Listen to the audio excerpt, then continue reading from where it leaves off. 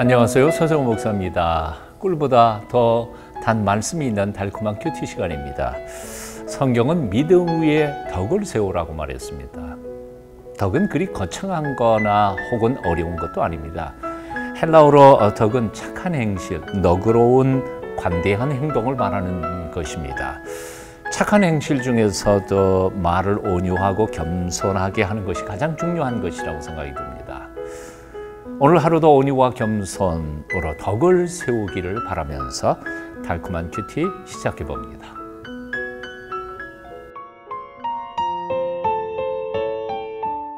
평화의 하나님이 함께 하시길. 빌립보서 4장 9절.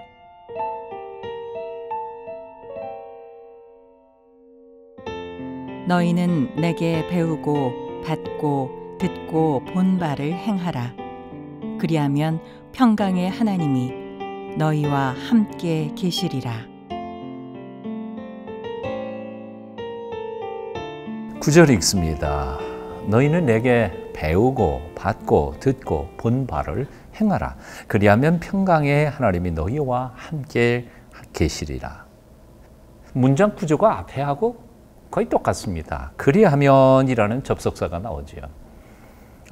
그 다음에는 하나님의 축복에 대한 열매들이 쭉 나오고 있고요.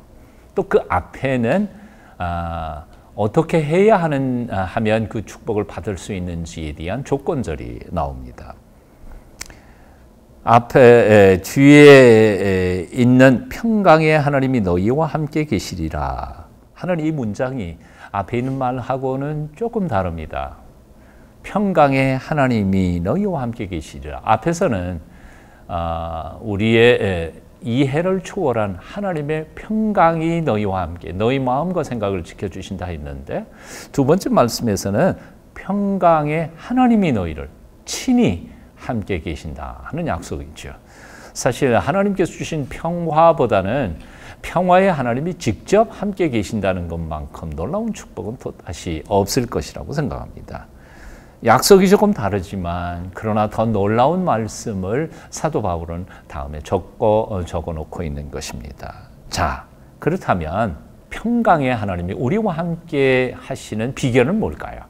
오늘도 몇 가지 본문 말씀 속에서 평화의 하나님이 우리와 함께 계시는 비결 찾아보겠습니다. 그 첫 번째는 무슨 일에든지 최선을 다하라는 거죠. 오늘 본문 말씀을 주의 깊게 읽어보다가 보면 사도 바울은 빌립보 교회 성도들에게 무슨 일을 하든지 최선을 다하라고 말합니다.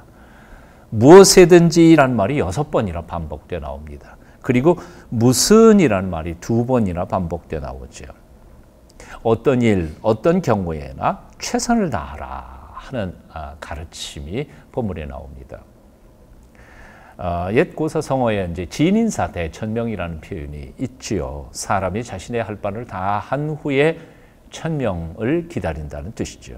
우리 기독교 신앙인들의 생각과 꼭 맞는 말은 아닐지라도 그렇다 하더라도 하나님의 백성들도 역시 주어진 환경과 조건 속에서 최선을 다해야 하는 하나님의 명령을, 사명을 받은 사람들이 아닐까 생각해 봅니다.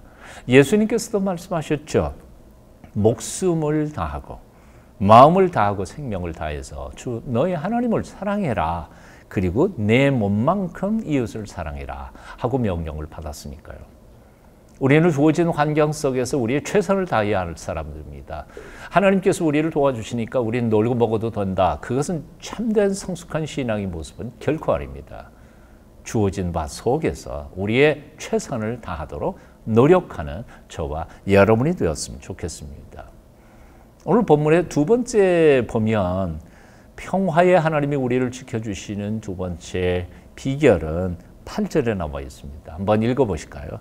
끝으로 형제들아 무엇에든지 참되며 무엇에든지 경건하며 무엇에든지 옳으며 무엇에든지 정결하며 무엇에든지 사랑받을 만하며 무엇에든지 칭찬받을 만하며 무슨 덕이 있든지 무슨 기림이 있든지 이것들을 생각하라.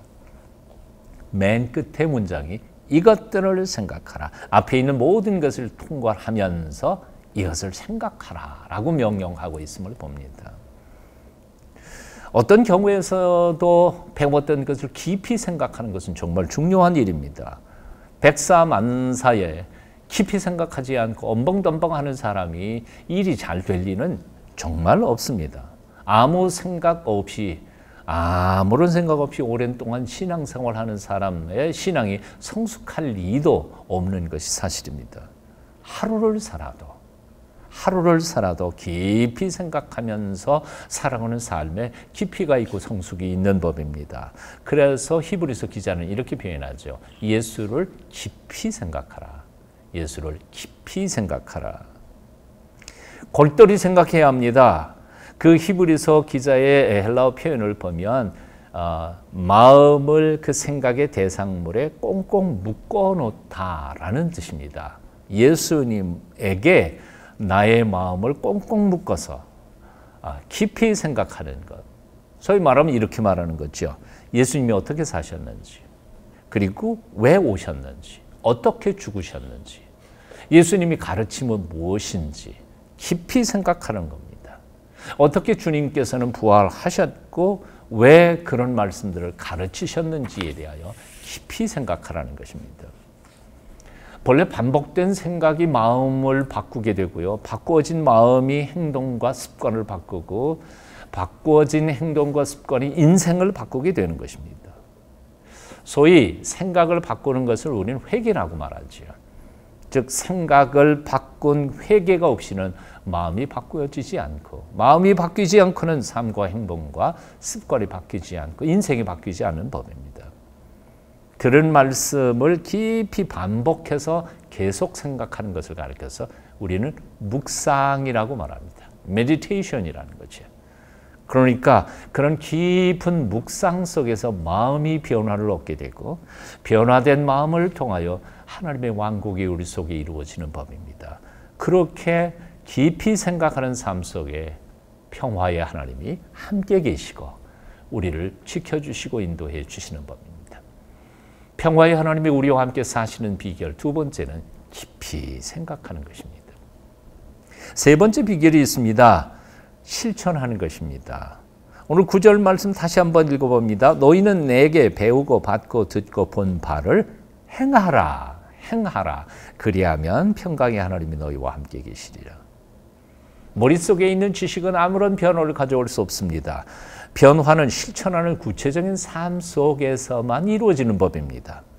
그래서 사도 바울은 말한 거죠. 너희는 내게 배우고 받고 듣고 본 바를 행하라. 실천하는 자만이 구원의 능력을 경험할 수 있습니다. 온전히 행하는 사람만이 살아계신 하나님과 함께 동행할 수 있는 법입니다. 온전히 말씀대로 살아보려고 몸부림치는 사람만이 곁에서 도와주시는 하나님의 역사를 경험하게 되는 법입니다. 그래서 바울은 자신 있게 말합니다. 생각하라 그리고 행하라 그리하면 평화의 하나님이 너희와 함께 계시리라.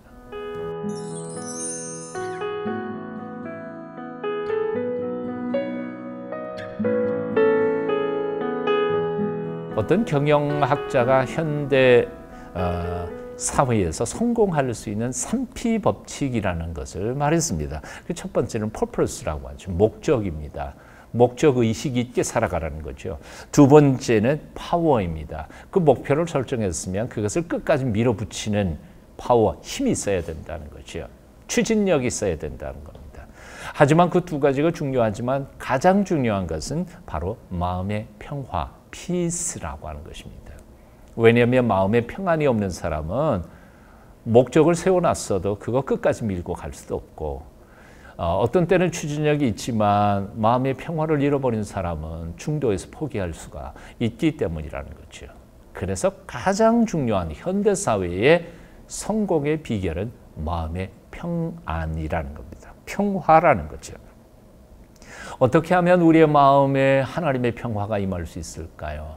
어떻게 하면 평화의 하나님께서 우리와 함께 계시고 우리를 지켜주실 수 있을까요? 사도 바울의 편지를 깊이 묵상해 봅니다. 그의 조언을 곰곰이 묵상하면서 그대로 실천하면서 살아가 보십시오. 하나님의 놀라우신 평화, 우리의 머리로는 이해할 수 없는 초월적 하나님의 평화가 여러분의 마음과 생각을 지켜주실 뿐만 아니라 사실은 평화의 하나님께서 우리와 함께 계시는 것을 경험하면서 살아가게 되실 것입니다.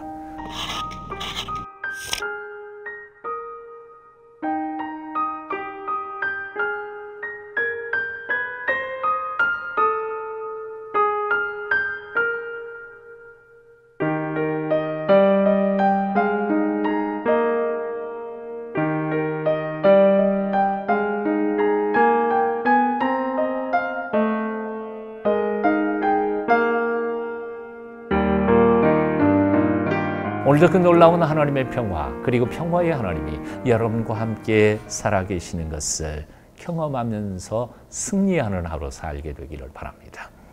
이제 또 외쳐볼까요? 무슨 일을 하든지 최선을 다하여, 그리고 깊이 생각하며 실천하자. 오늘도 함께 묵상한 말씀 온종일 동안 되새기시면서 살아계신 하나님과 동행하는 복된 하루 사시기를 축원합니다. 기도하겠습니다. 평화의 하나님, 우리가 무슨 일을 만나든지 최선을 다하며 깊이 생각하며 하나님 말씀대로 실천하며 살아갈 수 있도록 도와주시옵소서. 그래서 하나님의 평화가 우리 안에, 그리고 평화로우신 하나님께서 우리와 함께 계시는 것을 경험하며 살게 도와주시옵소서. 예수님 이름으로 기도합니다. 아멘.